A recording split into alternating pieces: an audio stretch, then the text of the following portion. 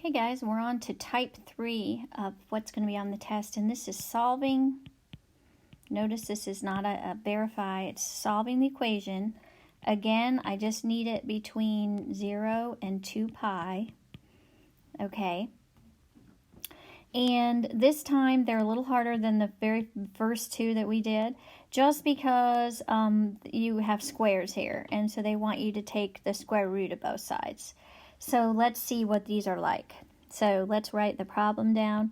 It's 5 cosine squared theta is equal to 3 plus cosine squared theta.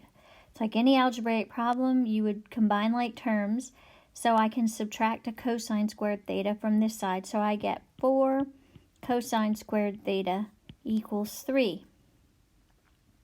So cosine squared theta equals 3/4. Now here's where I have to take the absolute value. Not absolute value.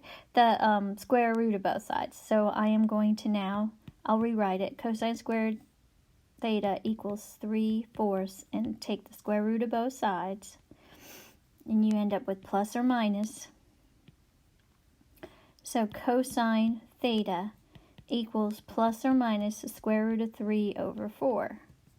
Now that square root of 3/4 would be the square root of 3 over the square root of 4. Break it up like that, which is plus or minus the square root of 3/2. So we're looking at cosine theta is equal to plus or minus the square root of 3/2. Now, there's one thing I have to do.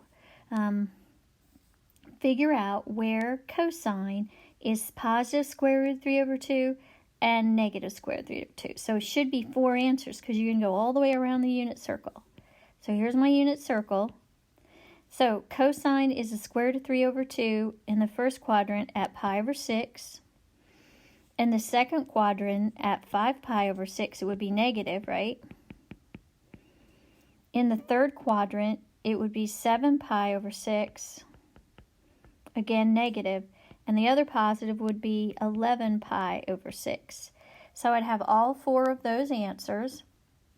So it looks like it's B pi/6, 5 pi/6, 7 pi/6, 11 pi/6. So looks like the answer is B. All right, so that was number 6, and that's solving them by taking the square root. Okay, so make sure you can do these. I've got one more like this.